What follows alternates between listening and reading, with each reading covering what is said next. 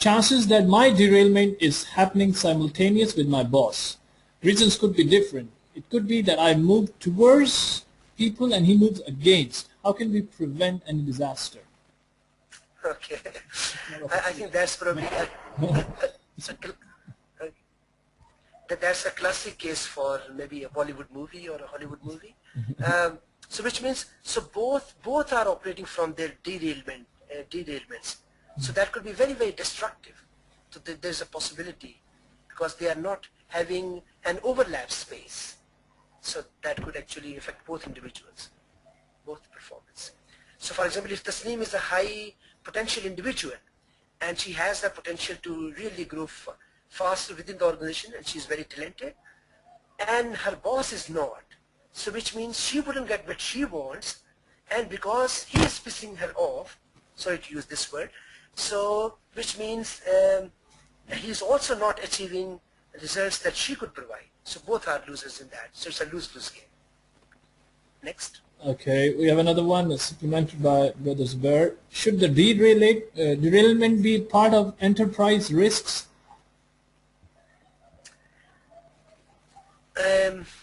I think it could be, or I don't know whether I should say it should be, but it could be.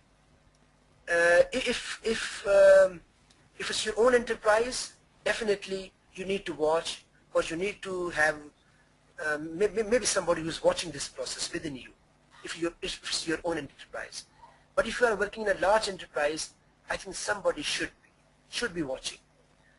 So whether they call it derailment or not, but they must be watching why you are going fine so far, or what has happened to you in recent months or recent years. So answer is yes. Next. There's another interesting, rather philosophical from Brother Ali. Isn't it a paradox? Leaders and derailments, strengths being considered as derailers? Yes, it is.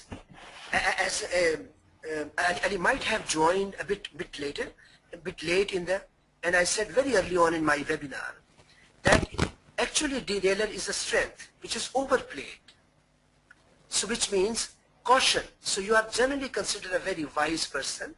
You take extreme caution. You analyze all parts. So this has been working very fine for you. But you go into an excessive mode, excessive dose of that caution, and that becomes a derailer because market is not really waiting for you.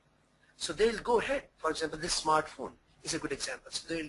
So in any way they are going to go ahead. So I think there's a paradox, and there's a very thin line, because you never know when your strength is becoming a derailer. So you need really watchful eyes, both your own as well as your colleagues and your peers and your family's eyes, to see it doesn't turn into a derailer. Okay, we can take perhaps one or two more questions. There's another one from Brother Ahmed. How could I as a leader realize that this is my weakness of derailment? Okay, as I already said, weakness is different from your derailment. So weakness is probably a lack of something, maybe a mission critical ability. For example, if you are in customer service and you are not happy to meet customers, or you are not in a listening mode, so this is a mission critical weakness. So you need to work on that. But for example, you say, I have this weakness, but I don't want to be in customer interface. I'm quite happy to work in back office or with machines where I don't need to listen. Okay, so this is how you deal with your weaknesses. But derailer is your strengths overplayed. So which means you need to watch both your mission critical weaknesses and also your strengths which worked for you in the past, but now they can act as derailer. So you need to watch both. Next. About that. Okay, let's take this last one. Let me just pull up. Any suggestions for internal factors of derailment? Or we should declare such people as hopeless? We should declare these people as It's like hopeless case. No, I wouldn't consider anybody hopeless. I think there were people who actually called me hopeless in my earlier career. So you can hear me, Ali?